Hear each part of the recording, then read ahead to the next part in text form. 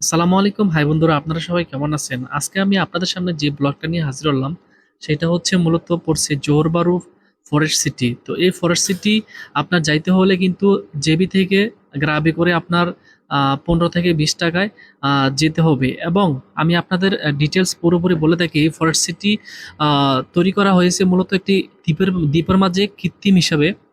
তো প্রথমত এটা টার্গেট ছিল যে ১০ লক্ষ, যারা কিনা তৈরি করে ১০ লক্ষ মানুষ এটাতে বসবাস করতে পারবে, কিন্তু সময়ের পরিক্রমায় এটা এখন হারিয়ে যাচ্ছে। কেননা এটাতে মাত্র এখন ১০,০০০ মানুষ বসবাস করে, এবং 90% উপর এটা আপনার পুরোপুরি অ্যাপার্টমেন্ট খালি।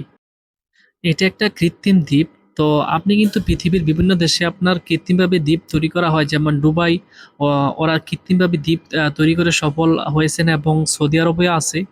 তো এখন এই যে এইখানে যে দ্বীপটা তৈরি করা হয়েছে, দ্বীপের ভিতর যে অনেকটা একটা শহর ১০ লক্ষ মানুষের টার্গেট করে তৈরি করা হয়েছে, ১০ লক্ষ মানুষ বসবাস করতে পারবে, কিন্তু এটাতে এখন মানুষ মাত্র ১০,০০০-এর মতন বসবাস করে, আর 90%-এর উপরেই খালি। কেননা খালি হবার কারণ হচ্ছে এটা পড়েছে মূলত জোহরবারু যে শহর, ওই শহর থেকে অনেক দূরে পড়েছে।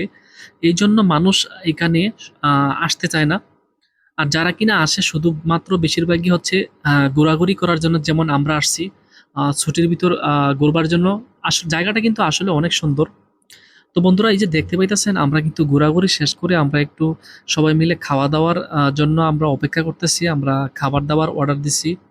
তো এই যে খাবারের জন্য আমরা সবাই এই যে বসে রয়েছি আর একটু আড্ডা মারতেছি। তো বন্ধুরা, ভিডিওটা আপনারা যদি ভালো লেগে থাকে অবশ্যই লাইক কমেন্ট শেয়ার করে সবাইকে দেখার সুযোগ করে দিবেন। আসসালামু আলাইকুম।